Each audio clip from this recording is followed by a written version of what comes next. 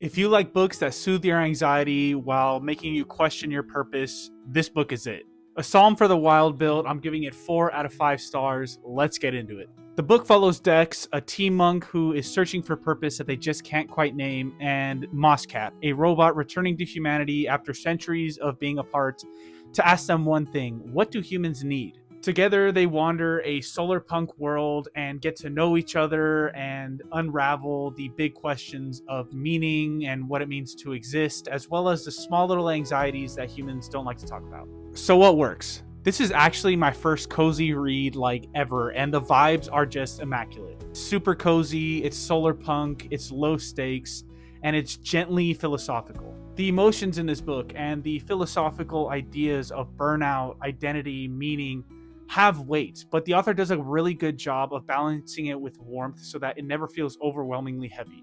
She does this mainly through the conversations between Moscap and Dex, and I personally loved it. It really reminded me a lot of one of my friends that I have, where we will just be having a normal conversation and a certain idea will set us down a philosophical tangent. And it being my first solar punk book, the world building was amazing to me. It was refreshing to see something light and hopeful where humanity rebuilds and actually learns something rather than it just leading to a bunch of other problems. And overall, this book feels like those moments where you're just wandering through life and you suddenly notice and appreciate that breath of fresh air, that new little detail that you just fall in love with. And I love that it really just was cozy. Now, what doesn't work? The book reads like it's act one of a larger story. It's undeniably beautiful, but it seems like it's incomplete. And what I mean by that is there's no real resolution. The climax is in the last chapter of the story, and Dex finds an idea that is comforting, but there still seems to be some uncertainty and work to be done.